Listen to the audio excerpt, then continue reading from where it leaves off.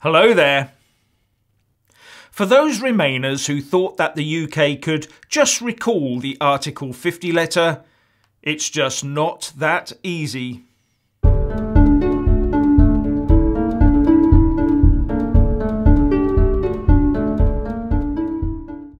There are many on the Remain side who believe that all we have to do is send the EU a letter saying, "Many apologies, but we're cancelling the Article 50 letter," and then we'll settle back inside their cosy little EU just like we never left. Apart from that act taking at least a change of Prime Minister and more probably a referendum or general election fought purely on the EU question, a recent EU Parliament study has concluded that only judges can decide this. A Bloomberg article reports that the study says reversing Article 50 is not a decision for the UK alone. The European Parliament study said that the lack of any indication either way in Article 50 of the EU's Lisbon Treaty means that it can't be a unilateral decision by the UK, nor can it go ahead even if the bloc's 27 other countries give their consent, said Bloomberg. Ioannis Papageorgiou of the EU Parliament Constitutional Affairs Committee Policy Department said, "A hypothetical right of revocation could only be examined and confirmed or infirmed by the EU institution competent to this purpose," which Bloomberg took to mean the European Court of Justice.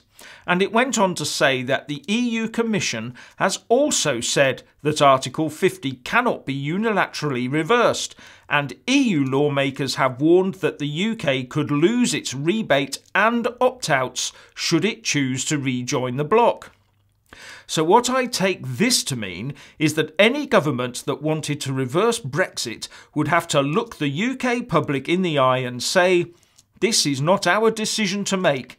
It will be up to the European Union courts to decide our future, and there will be some bitter medicine to take with it." I wonder how long any government that advocated that national humiliation would last. Since setting off a bunch of political fireworks yesterday by saying that he was minded to look at a second EU referendum, Nigel Farage has now clarified his position. He said today that this is basically a call to arms for the Leave side to be ready for the establishment should it decide to actually hold a second referendum. He said that the Remain side is continually campaigning, which may give the government the impression that the political tide had turned and that they could get away with a second referendum and maybe win a Remain vote. Nigel Farage said today that he did not want a second referendum, but that not only should we be ready for one, but Leavers should also stop being complacent, believing the job was done, and start campaigning again.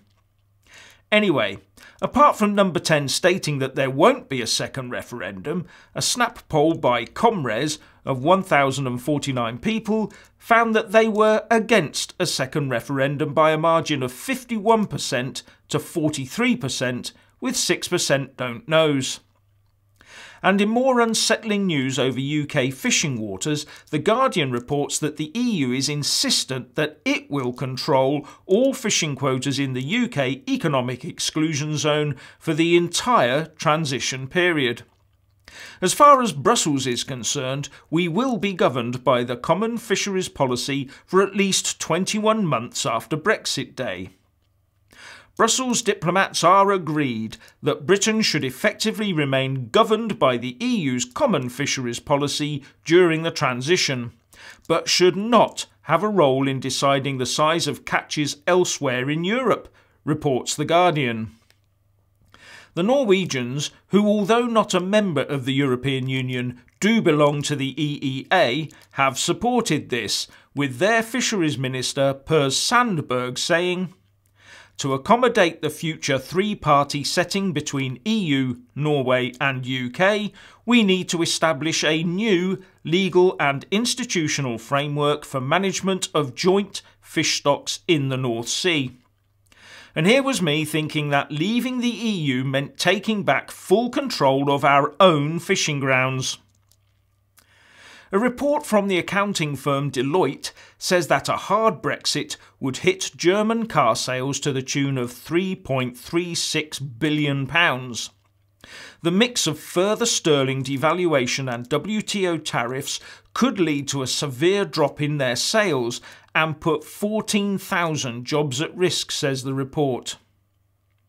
And in an article for CapX, Harold Clark, Matthew Goodwin and Paul Whiteley say that the pre-referendum predictions from both the Remain and Leave sides were respectively over-pessimistic and over-optimistic. But in the article they do say that key indicators of economic prosperity such as growth, employment, inflation, stock prices and more generally consumer confidence show that trends in growth, unemployment and inflation remain essentially the same after the EU referendum as they were before, reinforcing the point that some of the gloomier predictions about what would happen to the economy following the referendum have proved false. They then say that the one exception is the stock market, which has risen at a faster rate after the referendum than before it. And they finish by saying, but what we can say at the start of the new year is that so far Brexit is turning out to be a good thing for important aspects of the British economy. So, what do you think? Please leave a comment below. Thank you. Please do like and share this video, and also subscribe to my channel. And when subscribing, please do remember to press on the little bell next to the subscribe button. That way you'll get an alert every single time I put up a new video. Thank you very much for watching.